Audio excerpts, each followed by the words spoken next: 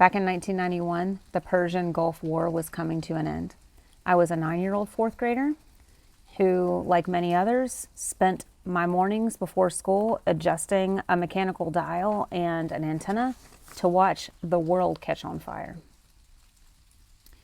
And we had the opportunity to write to soldiers, so of course I did. And I received a letter back, which I have kept to this day. This soldier was in Saudi Arabia. This letter was written on the 20th of March, 1991, just after the war was declared to end. And I'd like to read it to you and talk for a minute about it. He says, "Hi, Melissa. How are you? I'm fine, just glad the war is over. So how's your sister? Is she doing okay? Tell her hi for me. Oh yeah, thanks for the pretty picture. I'll try to get you and your sister a picture of me when I get some developed." So, Melissa, you asked me in your letter if I shot any targets. Well, to tell you the truth, I haven't fired a shot, but my attack helicopter, the Apache, shot up some tanks and blew up some bunkers. But for me, I just launch them and wait until it gets back so I can repair it. But anyway, thanks for the picture. Write me soon. Your friend, Leslie. Back then, I was asking about targets. That's what the media would lead me to be concerned about. And my perspective has shifted, having been on the other side of that uniform.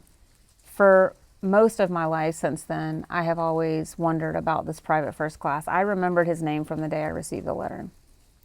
Last year, I found him on social media. Thankfully, he didn't think I was too creepy for reaching out, but I did learn he is happy and healthy and he has a family, and we talked for a bit about our lives and had some pretty awesome conversation and connection.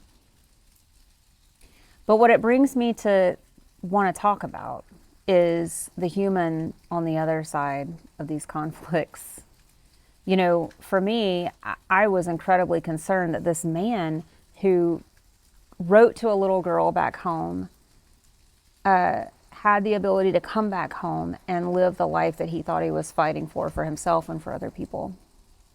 And I think when we're talking about these wars, it is really easy to talk about the mission and the target and the enemy. And the reality is there are humans on the other side of all of these decisions. And I think we have to talk about that more, whether it is the private first class on the ground or the airman in the flight deck or the little child on the other side of the airfield. These are big conversations, and I think they warrant more discussion, and I think they